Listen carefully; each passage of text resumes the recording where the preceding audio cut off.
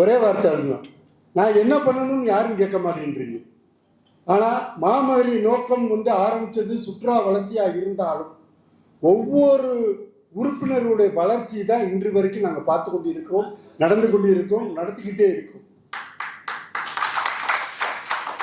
இதை நீங்கள் தான் பயன்படுத்திக் கொள்ளணும், எங்களை நீங்கள் தான் பயன்படுத்திக்கணும். நாங்கள் ஒரு வாரமாக நாங்கள் சொல்லிக்கிட்டே இருக்கோம். கிட்டத்தட்ட ஒரு 200-250 உறுப்பினர் இருக்கீங்க. மதுரையில் மட்டும் 100க்கு மேற்பட்ட உறுப்பினர் இருக்கீங்க. இங்கே நாங்கள் பணம் போட்டு காசு போட்டு ஒவ்வொரு மாதங்களும் இது போன்ற மீட்டிங்கில் உங்களுக்கு அவேர்னஸ் கொடுத்துக்கிட்டு இருக்கோம், மீட்டிங் நடத்திக்கிட்டு இருக்கோம். அதை நீங்கள் பிரயோஜனமாக பயன்படுத்தி கொள்ளணும். அதுதான் எங்களுடைய ஆசை. எதுக்காக மீட்டிங் போகிறாங்க, ஏன் மீட்டிங் போகிறாங்க? சும்மா உட்காந்து எங்களுக்கும் பொதுச்செயலாளருக்கும் நிறுவனருக்கும் பொழுது போல நான் மீட்டிங் போடுறோம். ஒவ்வொரு உறுப்பினர்களுடைய நலனுக்காகத்தான் இந்த மீட்டிங்கை ஏற்பாடு பண்ணுறோம். அதை நீங்கள் பயன்படுத்தி கொள்ளுங்க.